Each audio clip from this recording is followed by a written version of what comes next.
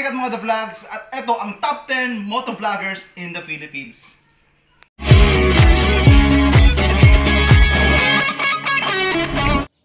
Number 10, Direct Gino. Kung gusto mo ng chill ride, camping sa maliblib na lugar, dito ka na. Kung ang ibang motovloggers ay palakasan, pabilisan, palupitan, well, sa Gino, ang kabaliktaran. Kung mahilig kayo sa gala pero ayaw nyong manood ng kamote, eto ang channel para sa'yo. Panibagong vegetarian adventure na naman tayo. Ngayon ay susubukan nating bumiyahe mula Pangasinan hanggang Bicol at pabalik na may kabuuang layo na mahigit 1,200 kilometers sa loob ng 3 araw at sa budget na 2,000 pesos. Number 9, Breezy Rider. Isa sa mga pinakaunang motovloggers sa Pinas. Wala pang Mototech, wala pang Read for Speed, may Breezy na. Noon, kapag sinabing Pinoy motovlogger, Breezy na agad yan. Ang nagpasikat ng Rusi Sigma 250 at NK 400. Singitan sa EDSA, bangkingan sa Marilake at wala ang katapusang upgrades.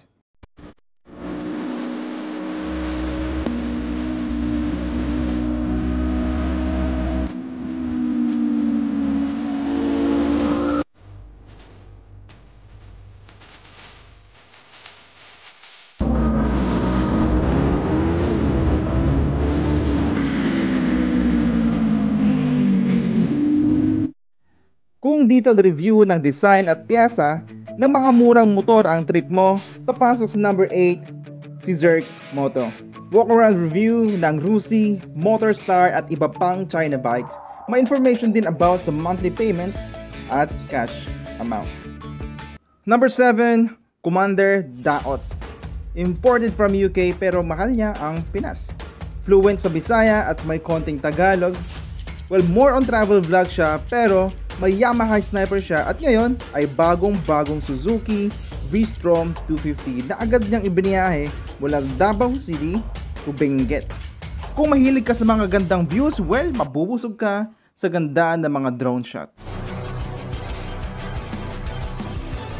2,428 meters above sea level, a little bit more than the old highest point in Attock, which is actually where... Number 6, Alfred Watermax. Siya na yata ang pinakamayaman na motovlogger sa Pinas. Nasa halos 100 na mga motor niya at may sariling off-road na racetrack. Ang isa sa mga best friend ni Read for Speed at host ng Manibela sa UNTV, Alfred Watermax. Unlimited ang budget kaya unlimited din ang content. Classic, classic, classic. Kung old school styling ang trip mo, eto ang channel para sa'yo. Honda, Yamaha, Moto, Harley Davidson, mga European bikes tulad ng Vespa, Husqvarna, Triumph, BMW at Ducati. Andito lahat. Naka TV show format siya kaya di ka mabibitin sa ganda ng hosting at camera angles. Yun nga lang, English siya pero napaka-enjoyable panoorin ito. Cruisers have started to become a little bit more popular here in the Philippines. Celebrities like Kuya Kim and even Ellie Tenorio have been seen riding around in their Harleys. However, you don't normally see many Indians around, with the exception of perhaps Sam YG. Sa number 4, Jao Moto. Ang yummy noob ng Pinas. May top 10 list, may walk around plus first ride, may long rides, at may very long rides with motorista. But, hindi ka aantukin dahil sa kulit niya at dahil na rin sa paborito ng mga Pilipino ang Inline 4 soundtrack.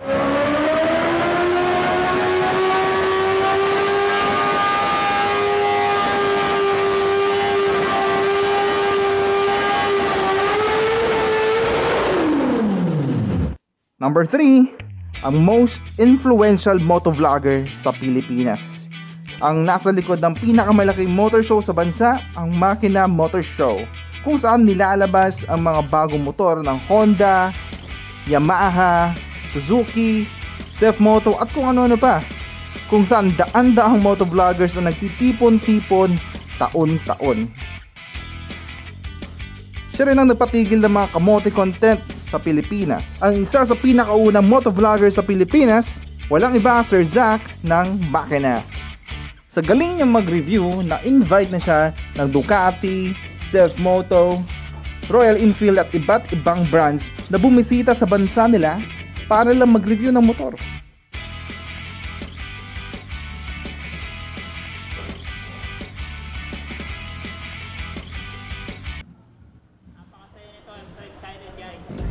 Next, ang pinakamabilis na motovlogger sa racetrack. Ang pinakamabilis na motovlogger sa drag racing. Ang pinakamabilis na motovlogger sa endurance racing. At ang founder ng One Garage, ang pinaka-talented na motovlogger sa lahat, Motodeck.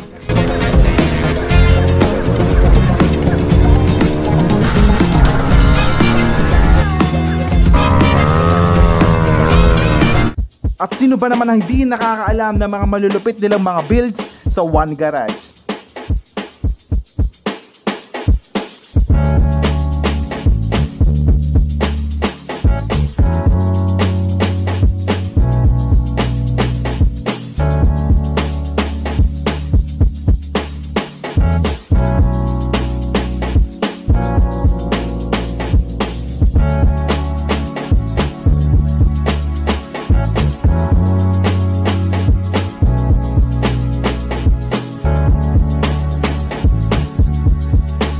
Well, sa ngayon, siguro napansin nyo na yung pagkasunod-sunod ng mga vloggers na nasa listahan natin ay walang kinalaman sa dami ng views, wala rin kinalaman sa dami ng kanilang mga subscribers. Ito lang ang opinion ko lamang at para sa akin ay dapat nyo rin silang panoorin. At ngayon, the last but not the least, ang number 1 sa ating listahan, walang iba kundi si Reed for Speed.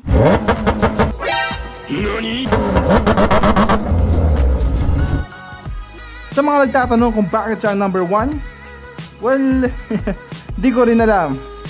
Unang-una, hindi ako mahilig sa mga naked sport. Sports bike talaga ang mga pinakagusto kong mga motor.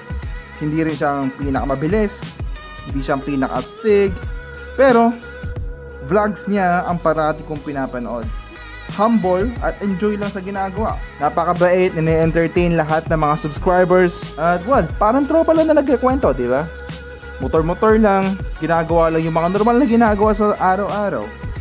At syempre, paborito pa rin ng mga Pinoy ang inline 4 soundtrack.